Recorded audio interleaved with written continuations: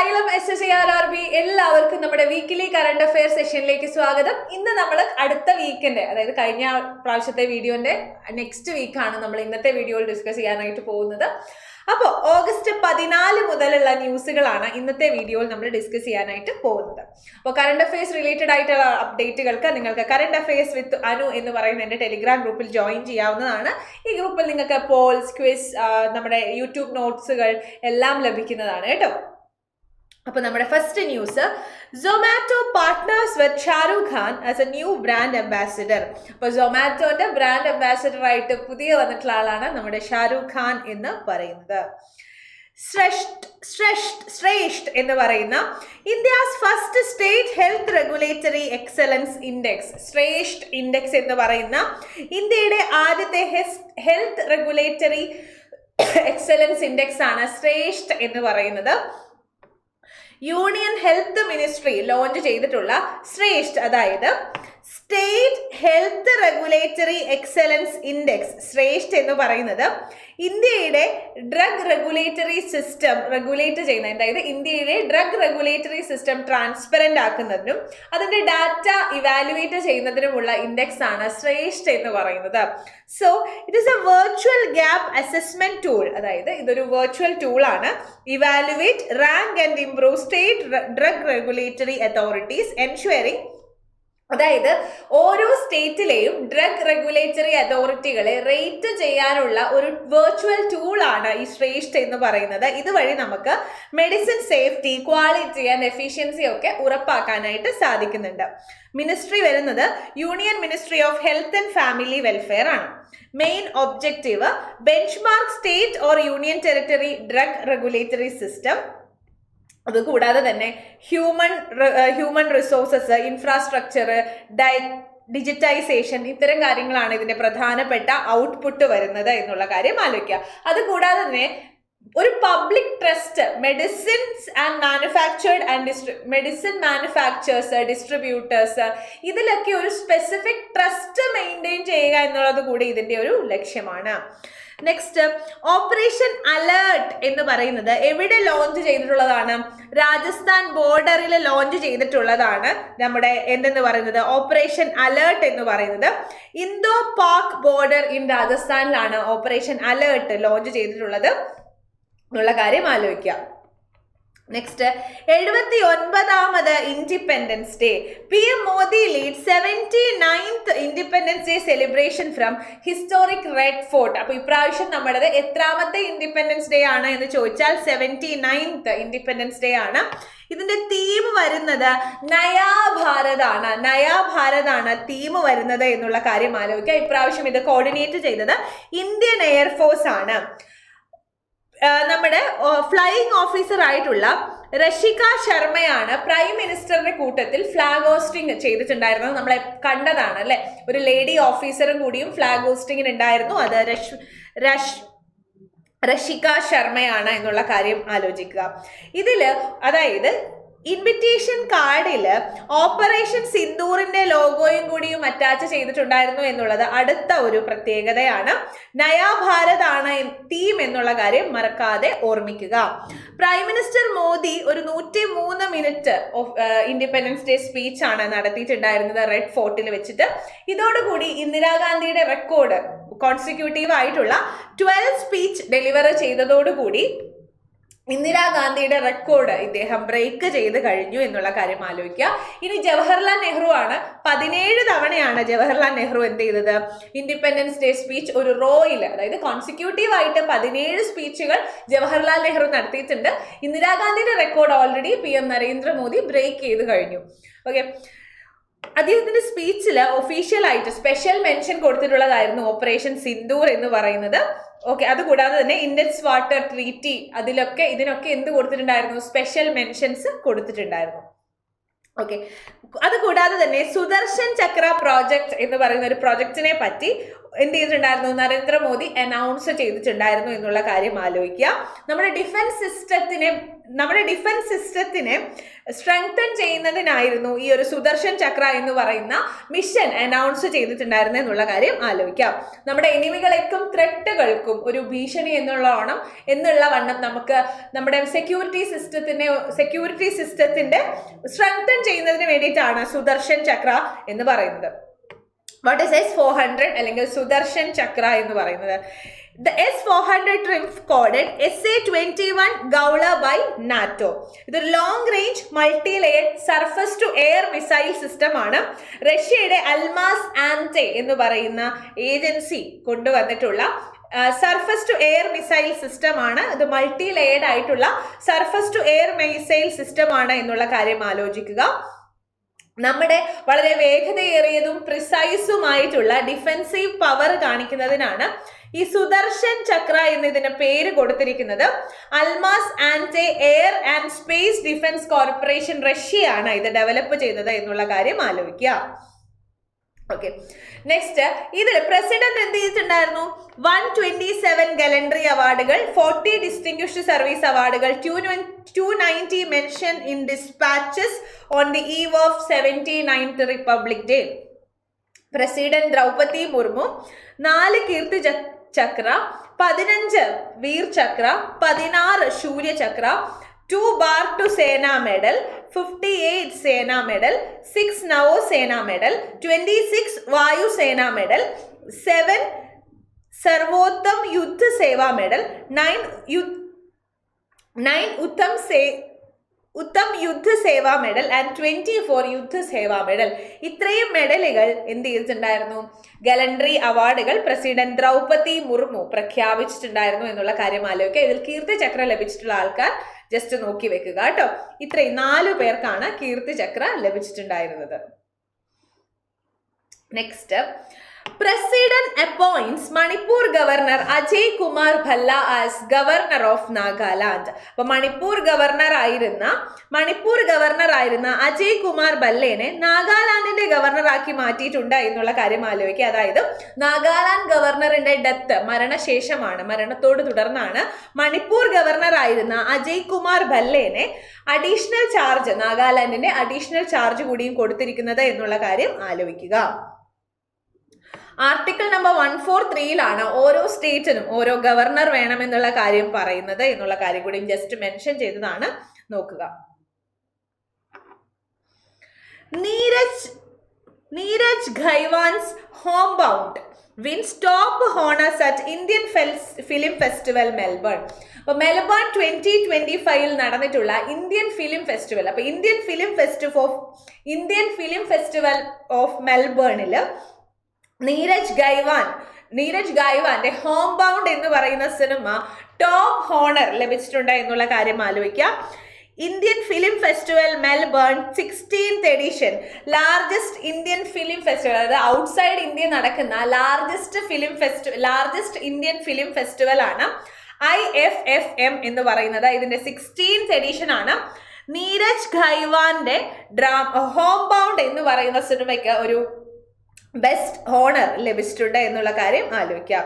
Best film and best director ആണ് ഈ ഒരു സിനിമയ്ക്ക് ലഭിച്ചിരിക്കുന്നത്. ബെസ്റ്റ് ഫിലിമും ഈ സിനിമയ്ക്കാണ്, ബെസ്റ്റ് ഡയറക്ടർ നീരജ് ഗൈവാൻ ആണ് ലഭിച്ചത് എന്നുള്ള കാര്യം ആലോചിക്കാം. Next, 12th edition of exercises SLINEX. ശ്രീലങ്കയും ഇന്ത്യയും തമ്മിലുള്ള നേവൽ എക്സസൈസ് ആണ് സ്ലിനെക്സ് എന്ന് പറയുന്നത്. ഓഗസ്റ്റ് 14 മുതൽ 18 വരെ കൊളംബോ ശ്രീലങ്കയിലാണ് ഈ എക്സസൈസ് നടന്നത് എന്നുള്ള കാര്യം ആലോചിക്കാം. ശ്രീലങ്കയും ഇന്ത്യയും തമ്മിലുള്ള ബൈലാറ്ററൽ നേവൽ എക്സസൈസ് ആണ് SLINEX. Sri Lanka India naval exercise ആണ് സ്ലിനെക്സ് എന്നുള്ള കാര്യം നോക്കുക. Next, ISRO inaugurates space laboratory in remote of Arunachal Pradesh district. അപ്പോൾ അരുണാചൽ പ്രദേശ് എഡ്യൂക്കേഷൻ മിനിസ്റ്റർ ആയിട്ടുള്ള പസാങ് ദോർജെ സോന ഒരു remote Mechuka in Xiaomi district, അതായത് അരുണാചൽ പ്രദേശില് റിമോട്ടായിട്ട് ISRO എന്ത് ചെയ്തിട്ടുണ്ട്? ഒരു സ്പേസ് ലബോറട്ടറി ഓപ്പൺ ചെയ്തിട്ടുണ്ട് എന്നുള്ള കാര്യം ആലോചിക്കുക. മെച്ചുക്ക ഗവൺമെന്റ് ഹയർ സെക്കൻഡറി സ്കൂളുമായിട്ട് കൊളാബറേഷനിലാണ് Mechuka Mechuka Government Higher Secondary School established in collaboration between Indian Space Research Organization and Muskan foundation. അപ്പോൾ ISRO മുസ്കാൻ ഫൗണ്ടേഷനുമായി കൊളാബറേറ്റ് ചെയ്തുകൊണ്ടാണ് മെച്ചുക ഗവൺമെന്റ് ഹയർ സെക്കൻഡറി സ്കൂളിൽ ഒരു ലാബ് ഓപ്പൺ ചെയ്തിരിക്കുന്നത് എന്നുള്ള കാര്യം ആലോചിക്കാം. അതായത് space science and technology, fostering curiosity, കുട്ടികളുടെ ഇടയിൽ ഇന്നോവേഷൻ ഉണ്ടാക്കുക, സയന്റിഫിക് തിങ്കിങ് യൂത്തിന്റെ ഇടയിൽ വളർത്തുക, ഇതൊക്കെ എയിം ചെയ്തുകൊണ്ടും കുട്ടികൾക്ക് സയൻസ് ആൻഡ് ടെക്നോളജിയിൽ ഒരു ഹാൻഡ്സ് ഓൺ എക്സ്പീരിയൻസ് പ്രൊവൈഡ് ചെയ്യുക എന്നുള്ള ലക്ഷ്യത്തോടു കൂടിയാണ് ഈ ഒരു ISRO എന്ത് ചെയ്തത്, ഒരു space laboratory Mechuka higher secondary സ്കൂളിൽ ഓപ്പൺ ചെയ്തിട്ടുള്ളത് എന്നുള്ള കാര്യം മനസ്സിലാക്കാം. Next, logo and mascot for first Khelo India water sport unveiled. അപ്പോൾ ഫസ്റ്റ് ഖേലോ ഇന്ത്യ വാട്ടർ സ്പോർട്ടിന്റെ ലോഗോ അൺവെയിൽ ചെയ്തിട്ടുണ്ട്. എന്താണ് ഈ ലോഗോന്റെ പേര്? ഹിമാലയൻ കിങ്ഫിഷർ ആണ് ലോഗോ എന്ന് പറയുന്നത്. First ever Khelo India water sports festival ശ്രീനഗറിലാണ് എന്ത് ചെയ്തിട്ടുള്ളത്, ശ്രീനഗറിലാണ് ഈ ലോഗോ അൺവെയിൽ ചെയ്തിട്ടുള്ളത് എന്നുള്ള കാര്യം ആലോചിക്കുക. Water skiing, shikara race, dragon boat race എന്നുള്ളതിന്റെ ഡെമോൺസ്ട്രേഷനും കൂടി നടന്നിട്ടുണ്ട്. ഓക്കെ, അതായത് ഖേലോ ഇന്ത്യ വാട്ടർ സ്പോർട്ടിൽ ഫീച്ചർ ചെയ്യുന്നത് കെനോയിങ്, കയാക്കിംഗ് പോലെയുള്ള മെഡൽ ഇവന്റ്സ് ഇതിൽ നടക്കുന്നുണ്ട് എന്നുള്ള കാര്യം ആലോചിക്കാം. This will be the second Khelo India event for Jammu and Kashmir after, അതായത് ജമ്മു ആൻഡ് കാശ്മീർ ഇതിനു മുന്നേ ഏത് ഖേലോ ഇന്ത്യ ആണ് ഹോസ്റ്റ് ചെയ്തിട്ടുള്ളത് എന്ന് താഴെ കമന്റ് ബോക്സിൽ കമന്റ് ചെയ്യുക. ആ ഇവന്റിൽ ആരാണ് വിന്നർ എന്നുള്ളതും കൂടിയും കമന്റ് ബോക്സിൽ കമന്റ് ചെയ്യുക. ഓക്കെ, അപ്പോൾ ഖേലോ ഇന്ത്യ വാട്ടർ സ്പോർട്ട് ഫെസ്റ്റിവലിന്റെ ലോഗോ എന്ന് പറയുന്നത് എന്താണ്? ഹിമാലയൻ കിങ്ഫിഷർ ആണ് എന്നുള്ള കാര്യം ആലോചിക്കുക. ഈ ഇവന്റ് ദാൽ ലേക്കിൽ, അതായത് ഓഗസ്റ്റ് 21 മുതൽ 23 വരെ ദാൽ ലേക്കിലാണ് ഈ ഇവന്റ് നടക്കുന്നത്. India to host Asian open short track speed skating trophy 2025 for the first time. അപ്പോൾ biggest international winter sport event ആയിട്ടുള്ള Asian open short track speed skating trophy ഇന്ത്യയിലാണ് നടക്കാൻ പോകുന്നത് എന്നുള്ള കാര്യം ആലോചിക്കുക. മഹാറാണ പ്രതാപ് സ്പോർട്സ് കോളേജ്, റായ്പൂർ, ഡെറാഡൂണിലാണ് ഇത് നടക്കുന്നത്. ഐസ് സ്കേറ്റിംഗ് അസോസിയേഷൻ ഓഫ് ഇന്ത്യയുടെ പ്രസിഡന്റ് ആയിട്ടുള്ള അമിതാഭ് ശർമ്മയാണ് ഇൻഫോം ചെയ്തിട്ടുള്ളത്. മോർ ദാൻ 11 ഏഷ്യൻ കൺട്രീസ് ഇതിൽ പാർട്ടിസിപ്പേറ്റ് ചെയ്യുന്നുണ്ട്. China, Japan, Hong Kong, Indonesia, Singapore, Malaysia തുടങ്ങി 11ഓളം ഏഷ്യൻ കൺട്രീസ് ആണ് ഇതിൽ പാർട്ടിസിപ്പേറ്റ് ചെയ്യുന്നത് എന്നുള്ള കാര്യം ആലോചിക്കാം. ഓക്കെ, നെക്സ്റ്റ് വളരെ ഇമ്പോർട്ടൻ്റ് ആയിട്ടുള്ള സ്കീമാണ് പ്രധാനമന്ത്രി വികസിത് ഭാരത് റോസ്ഗാർ യോജന എന്ന് പറയുന്നത്. പ്രധാനമന്ത്രി വികസിത് ഭാരത് റോസ്ഗാർ യോജന പോർട്ടൽ എംപ്ലോയീസ്, അതായത് ഫസ്റ്റ് ടൈം എംപ്ലോയീസിനും ഫസ്റ്റ് ടൈം എംപ്ലോയീസിനും വേണ്ടിയിട്ടുള്ള പ്രധാനമന്ത്രി Bharat Rozgar Yojana portal government launch ചെയ്തിട്ടുണ്ട്. ഇതൊരു സെൻട്രൽ സെക്ടർ സ്കീമാണ്. 99,446 crore rupees ആണ് ഇതിന്റെ ബജറ്റ് ഔട്ട്ലേ എന്ന് പറയുന്നത്. അതായത് എംപ്ലോയ്മെന്റ് ജനറേറ്റ് ചെയ്യുന്നതിനും എംപ്ലോയബിലിറ്റി എൻഹാൻസ് ചെയ്യുന്നതിനുമായിട്ടുള്ള, അതായത് എല്ലാ സെക്ടേഴ്സിലും ഒരു സോഷ്യൽ സെക്യൂരിറ്റി ഉറപ്പാക്കുന്നതിന് വേണ്ടിയിട്ടാണ്. അതിൽ തന്നെ മാനുഫാക്ചറിങ് സെക്ടറിന് ഒരു സ്പെഷ്യൽ ഫോക്കസ് കൊടുത്തുകൊണ്ടാണ് ഈ പ്രധാനമന്ത്രി വികസിത് ഭാരത് റോസ്ഗാർ യോജന ലോഞ്ച് ചെയ്തിരിക്കുന്നത്. അതായത് വർക്ക് ഫോഴ്സ്, അതായത് നമുക്കറിയാം നമ്മളൊരു ജോലി ചെയ്യുമ്പോൾ അതിനൊരു സെക്യൂരിറ്റി വേണം എന്നുള്ളത് വളരെ ഇമ്പോർട്ടൻ്റ് ആയിട്ടുള്ള കാര്യമാണ് അല്ലേ. അപ്പോൾ ഓർഗനൈസ്ഡ് സെക്ടറിലേക്ക് ആൾക്കാരെ അട്രാക്ട് ചെയ്യുന്നതിനും ഒരു ജോബ് സെക്യൂരിറ്റി അല്ലെങ്കിൽ ഒരു സോഷ്യൽ സെക്യൂരിറ്റി എംപ്ലോയീസിന് ഉറപ്പാക്കുന്നതിനും എംപ്ലോയ്മെന്റ് ജനറേഷന് വേണ്ടി ആൾക്കാരെ, അതായത് എംപ്ലോയേഴ്സ് ആവാൻ വേണ്ടി ആൾക്കാരെ പ്രോത്സാഹിപ്പിക്കുന്നതിനും വേണ്ടിയാണ് എന്തെന്ന് പറയുന്നത് PM വികസിത് ഭാരത് റോസ്ഗാർ യോജന പോർട്ടൽ വന്നിരിക്കുന്നത്. ഏകദേശം 3.5 crore ഫോർമൽ സെക്ടർ ജോബുകൾ ക്രിയേറ്റ് ചെയ്യപ്പെടുക, അതുവഴി 1.92 crore ഫസ്റ്റ് ടൈം വർക്കേഴ്സിനെ 2 വർഷത്തിനുള്ളിൽ ക്രിയേറ്റ് ചെയ്യുക എന്നുള്ളതാണ് ഇതിന്റെ ഏറ്റവും പ്രധാനപ്പെട്ട എയിം എന്ന് പറയുന്നത്. ഓഗസ്റ്റ് 1, 2025 മുതൽ ജൂലൈ 31, 2027 വരെയാണ് ഇതിന്റെ ടൈം ലൈൻ എന്ന് പറയുന്നത്, ടെന്യർ എന്ന് പറയുന്നത്. ഇതില് ഫസ്റ്റ് ടൈം എംപ്ലോയീസിനും എംപ്ലോയി പ്രൊവിഡന്റ് ഫണ്ട് ഓർഗനൈസേഷനുമായി രജിസ്റ്റർ ചെയ്യുന്ന ഫസ്റ്റ് ടൈം എംപ്ലോയീസിനുള്ള ഇൻസെന്റീവ് ആണ് ആദ്യം പറയുന്നത്. വൺ ടൈം ഇൻസെന്റീവ് ആണ് ഫസ്റ്റ് ടൈം എംപ്ലോയീസിന് കൊടുക്കുന്നത്. അവരുടെ ആവറേജ് 1 month വേജിന് ഈക്വൽ ആയിട്ടുള്ള it will be equivalent to average 1 month basic wage up to 15,000, അതായത് 15,000 വരെ രൂപയാണ് കൊടുക്കുന്നത്. ഇറ്റ് വിൽ ബി അത് അവരുടെ 1 month ആവറേജ് ബേസിക് പേക്ക് ഇക്വലന്റ് ആയിട്ടുള്ള പൈസയാണ്. അപ് ടു 15,000 വരെ അങ്ങനെയാണ് കൊടുക്കുന്നത്. ഏകദേശം capped to employee provident fund wages less than or equal to 1 lakh per month, അതായത് 15,000 വരെ ആവറേജ് ബേസിക് പേ ഉള്ളവർക്ക് അതിന് ഇക്വലന്റ് ആയിട്ടുള്ള ഒരു എമൗണ്ട് ആയിരിക്കും കൊടുക്കുന്നത് എന്നുള്ള കാര്യം ആലോചിക്കാം. 2 ഇൻസ്റ്റാൾമെന്റ് 1 വർഷത്തിൽ 2 ഇൻസ്റ്റാൾമെന്റ് ആയിട്ടാണ് ഈ പൈസ കൊടുക്കുന്നത് എന്നുള്ള കാര്യം ആലോചിക്കാം. Okay, a part of amount is held in a fixed deposit to encourage saving. Okay, next support to employers registered with EPFO. അപ്പോൾ എംപ്ലോയീസിന് കൊടുക്കുന്നതാണ് നമ്മൾ പറഞ്ഞത് അല്ലേ. ഇനി എംപ്ലോയറിന് കൊടുക്കുന്നതുണ്ട്. Provide employer with support for providing job opportunity. അതായത് യൂത്തിന് ജോബ് ഓപ്പർച്യൂണിറ്റീസ് പ്രൊവൈഡ് ചെയ്തതിന് ഇവർക്കുമുണ്ട് ഇൻസെന്റീവ്സ്. അതായത് 3,000 per month. ഓരോ അഡീഷണൽ എംപ്ലോയിക്കും 3,000 per month ആണ് എന്ത് കൊടുക്കുന്നത്. അതായത് ഒരു എംപ്ലോയി ഒരു സ്ഥാപനത്തിൽ ലീസ്റ്റ് 6 months സസ്റ്റെയിൻ ചെയ്യുകയാണെങ്കിൽ എംപ്ലോയറിന് 3,000 രൂപ per month per employee incentive ആയിട്ട് പ്രൊവൈഡ് ചെയ്യുന്നുണ്ട് എന്നുള്ള കാര്യം ആലോചിക്കാം. Okay, establishments will require to hire at least 2 additional employees. അതായത് അറ്റ്ലീസ്റ്റ് 2 അഡീഷണൽ എംപ്ലോയിനെയെങ്കിലും എന്ത് ചെയ്യണം, ഹയർ ചെയ്തിട്ടുണ്ടാവണം എന്നാണ് പറയുന്നത്. Or 5 additional employee or A sustain, അതായത് ലീസ്റ്റ് 6 month എങ്കിലും ലാസ്റ്റ് ചെയ്യുന്ന 5 അഡീഷണൽ എംപ്ലോയി അല്ലെങ്കിൽ 2 additional employee. Establishment will be required to hire at least 2 additional employee or 5 additional employee sustained for 6 months. Okay, 2 years for all sector, 4 years manufacturing. അതായത് 2 വർഷത്തേക്ക് ഈ incentive എല്ലാ സെക്ടറിലും കൊടുക്കുന്നുണ്ട്. Manufacturing സെക്ടറിൽ മാത്രം 4 years ആണ്.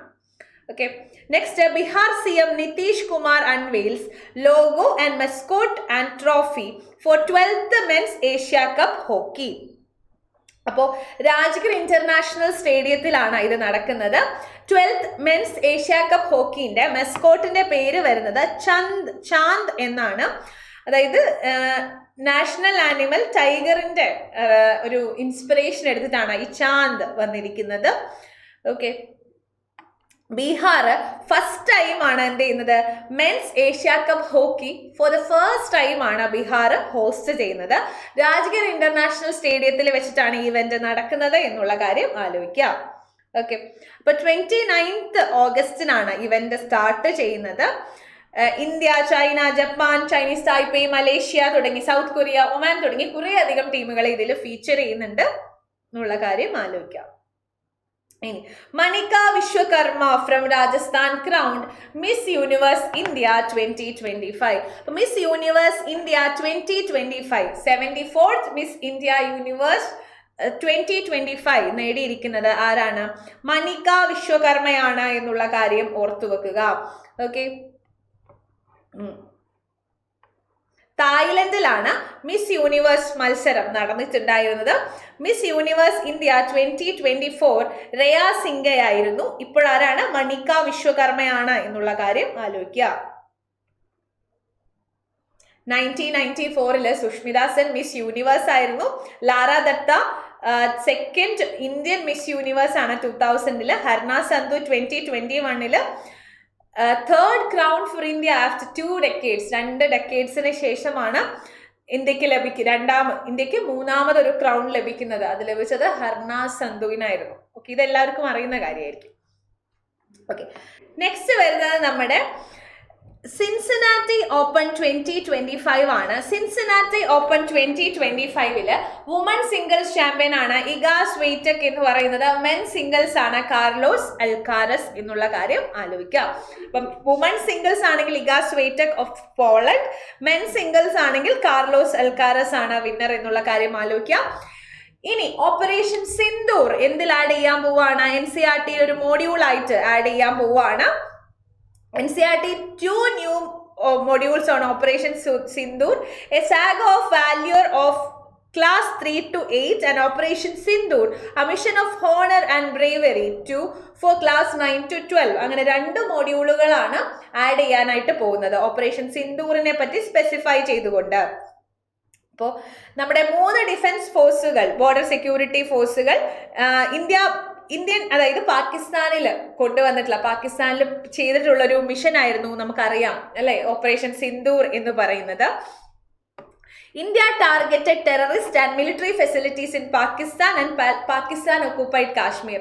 പാകിസ്ഥാനിലെയും പാകിസ്ഥാൻ ഒക്കുപ്പൈഡ് കാശ്മീരിലെയും മിലിറ്ററി ഫെസിലിറ്റീസിനെയും ടെററിസ്റ്റുകളെയും ഫോക്കസ് ചെയ്തുകൊണ്ടായിരുന്നു ഈ ഒരു ഓപ്പറേഷൻ സിന്ദൂർ എന്ന് പറയുന്നത്. അതായത് നമ്മുടെ പെഹൽഗാം ടെറർ അറ്റാക്ക് നമുക്ക് ഇന്നും മറക്കാൻ പറ്റാത്ത, ഇന്നും ഞെട്ടലോടെ നമ്മൾ കേട്ടുണർന്നിട്ടുള്ള ഒരു വാർത്തയായിരുന്നു പെഹൽഗാം ടെററിസ്റ്റ് അറ്റാക്ക് എന്ന് പറയുന്നത് അല്ലെ. അപ്പൊ അതിനോടനുബന്ധിച്ച് ഇന്ത്യ പാകിസ്ഥാനിലും പാകിസ്ഥാൻ ഒക്കുപ്പൈഡ് കാശ്മീരിലും നടത്തിയിട്ടുള്ള അറ്റാക്ക് ആയിരുന്നു എന്തെന്ന് പറയുന്നത്, ഓപ്പറേഷൻ സിന്ദൂർ എന്ന് പറയുന്നത്. സോ NCERT മൊഡ്യൂളിൽ ഓപ്പറേഷൻ സിന്ദൂർ ആഡ് ചെയ്തിട്ടുണ്ട്. നേപ്പാളിനെ റുബല്ല ഫ്രീ ആയിട്ട് വേൾഡ് ഹെൽത്ത് ഓർഗനൈസേഷൻ ഡിക്ലെയർ ചെയ്തിട്ടുണ്ട് എന്നുള്ള കാര്യം ആലോചിക്കുക. വേൾഡ് ഹെൽത്ത് ഓർഗനൈസേഷന്റെ WHO's South Asia region to achieve, first country in World Health Organization's South East Asia region to achieve this milestone. അപ്പൊ rubella free ആയിട്ടുള്ള country എന്ന് പറയുന്നത്